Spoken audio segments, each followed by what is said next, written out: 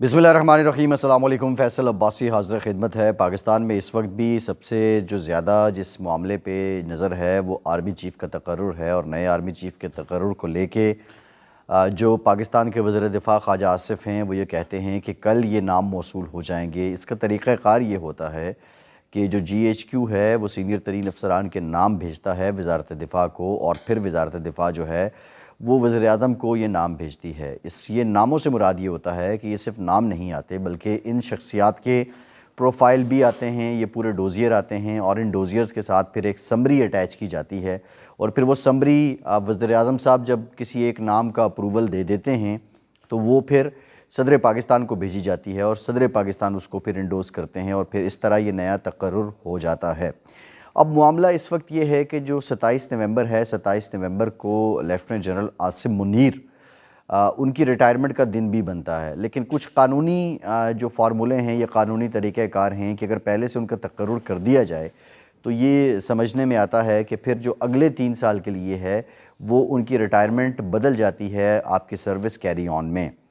अब ये समरी अभी तक नाम क्यों मौसूल नहीं हो रहे? इससे पहले गुज़श्ता रोज़ हमने देखा कि पाकिस्तान की मीडिया पे जो ख़बर चली वो यही थी कि नाम मौसूल हो चुके हैं, समरी या डोज़ियर जो है वो मौसूल हो चुके हैं।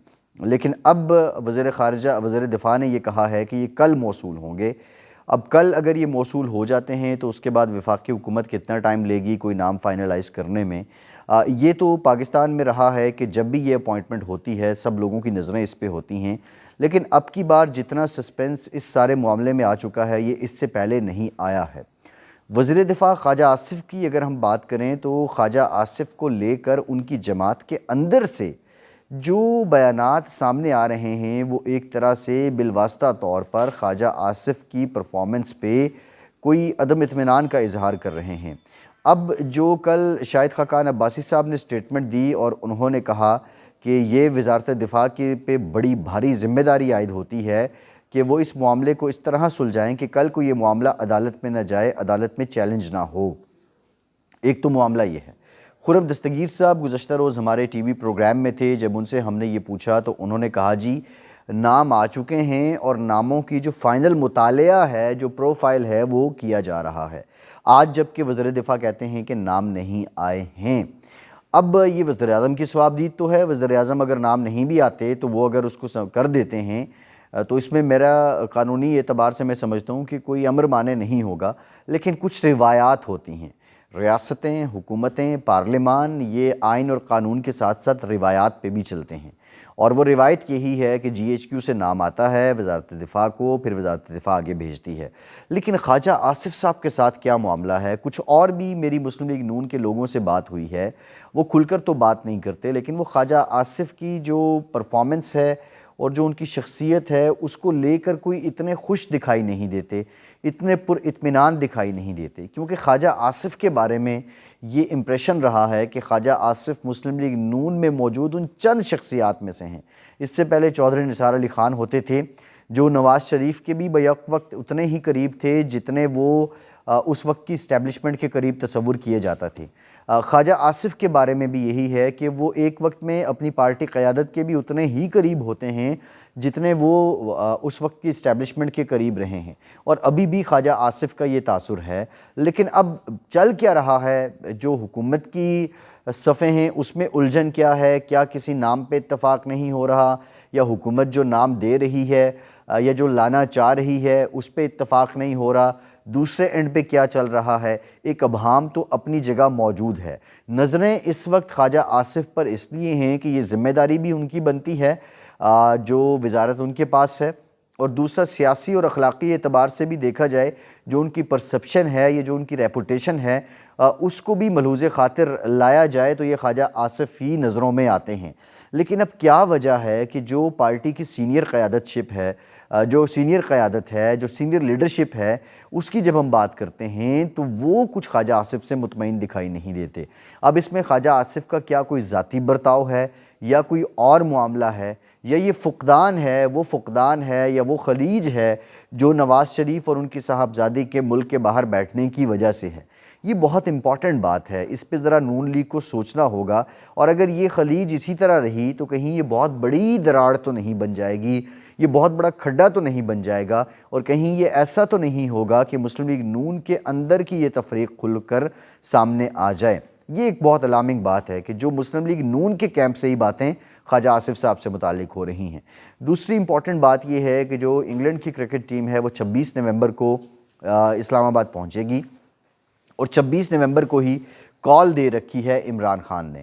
اب یہ بظاہر تو ایک دھرنے کے لیے جگہ مانگ رہے ہیں، پھر ہیلی پیڈ کی لینڈنگ کے لیے بھی جگہ مانگ رہے ہیں، لیکن جتنے انتظامات ہو رہے ہیں، میں نے آپ سے پہلے بھی کہا تھا، یہ سارے کے سارے راولپنڈی میں ہو رہے ہیں۔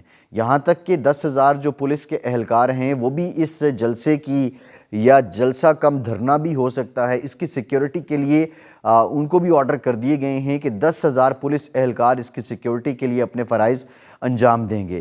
دوسری بات یہ بھی سامنے آ رہی ہے کہ عمران خان جو بھی خطاب کریں گے، ان کی جو جان ہے اس کو پیش نظر خطرات کو ملحوظ خاطر لاتے ہوئے عمران خان دن کے وقت ہی خطاب کریں گے، مغرب کے بعد عمران خان نہیں رکیں گے۔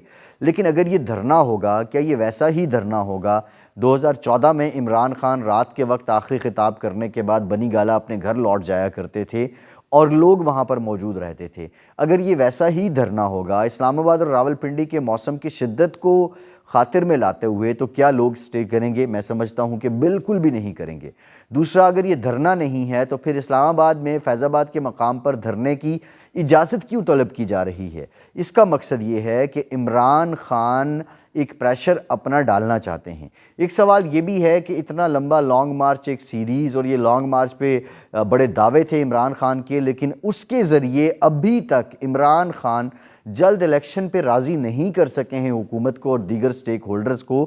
تو یہ کیا آخری پتہ ہوگا؟ اور اس آخری پتے میں بھی اگر ناکامی ہوئی تو پھر عمران خان کہاں سٹینڈ کریں گے؟ عمران خان کا جو نیریٹو ہے وہ کہاں سٹینڈ کرے گا؟ پھر تو یہ عمران خان کی ضمن انتخاب جیتنے کی سٹرینتھ، پاپولیرٹی کی سٹرینتھ، یہ سب باتیں تو کمزور پڑ جائیں گی، اور اس کا فائدہ تو حکومت وقت لے گی، یا کوئی اور حکمت عملی عمران خان اپنائیں گے؟ یہ بہت سے سوالات ہیں، لیکن ایک سوال یہ بھی ہے کہ 26 نومبر کی ڈیٹ عمران خان کی جانب سے دینا اور پھر یہ نام آنے کا معاملہ ڈیلے ہو جانا، کیا اس میں بھی کوئی مماثلت ہے؟ یہ بھی ایک بہت بڑا سوال ہے، اس پہ بھی سوچنا چاہیے۔ لیکن بہرحال یہ جو حالات اس وقت بن چکے ہیں، جو معاملات بن چکے ہیں، میں سمجھتا ہوں کہ یہ فائنل کارڈ ہے عمران خان کی طرف سے۔ اس کے بعد تو ایک بڑے پیمانے پہ جا کے اپنی پالیسی کو سوچنا ہوگا، اپنی پالیسی کو ریکنسائل کرنا ہوگا عمران خان کو، ورنہ معاملات ان کی فیور میں کبھی بھی جاتے دکھائی نہیں دیں گے۔ یہ حالات ہیں اس وقت پاکستان کے اور پاکستان کی سیاست کے۔ بہرحال ہم دعا گو ہیں کہ پاکستان کے لیے آنے والے دن اچھے ہوں، جو بھی تقرر ہو وہ پاکستان میں جمہوریت کے لیے اپنا کردار ادا کرے، پاکستان میں جمہوریت مستحکم ہو، اور پاکستان کی جو سیاسی جماعتیں ہیں، بات وہی ہے کہ ان کو مل بیٹھنا ہوگا، لیکن مل بیٹھنے کے ابھی تک آثار نظر نہیں آ رہے ہیں، لیکن کچھ نہ کچھ فارمولہ تو بنانا ہوگا، یہی پاکستان کے حق میں ہے۔ اور سیاسی بڑا انفارچونیٹ ہے، یہاں بہت زیادہ بات ہوتی ہے، ارشد شریف صاحب کی بات ہوتی ہے، دیکھیں ان کے قتل کے معاملے کو بھی سیاسی بنا دیا گیا، اب اس تقرر کو بھی سیاسی بنایا جا رہا ہے۔ میں سمجھتا ہوں کہ یہ پاکستان کے وزیر اعظم شہباز شریف کا اختیار ہے، انہیں اپنا اختیار آزمانا چاہیے، انہیں اپنا اختیار کو پریکٹس کرنا چاہیے، اور اس معاملے کو اب سیاسی نہ بنایا جائے۔ فیصل عباسی کو اجازت دیجیے۔